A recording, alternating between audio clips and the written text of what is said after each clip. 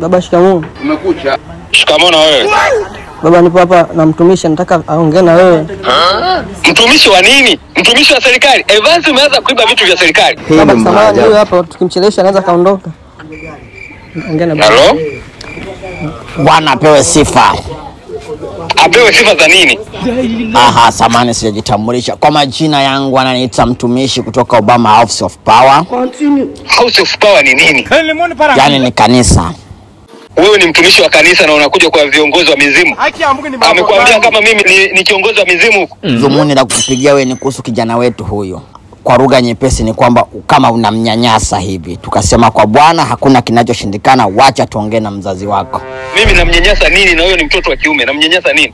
Yaani hapati ushirikiano kutoka kwako.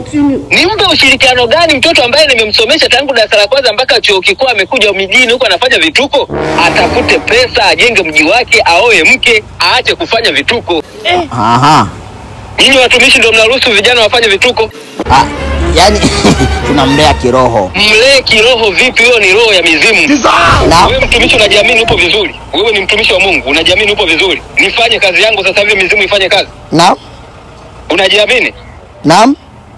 Unajiamini? Aha, usikii. Bana hebu acha bwana. Sisi tunatafuta maisha tu hapa mjini. Usijaribu chochote. Nilitaka nifanye kazi yangu. Sasa mwambie huyo ambaye amekuja kuwashtakia huku, mimi namalizana na mizimu huku, atakuja ongea naye yeye mwenyewe. Anaijua vizuri sana mizimu yetu.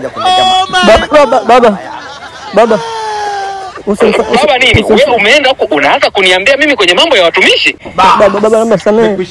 Nilikuwa nimeshabinya batali ya kazi. Kwa hiyo kazi imeshaanza. Kama naomba mizimu, ongea nayo wewe mwenyewe. Mungu nionekanie.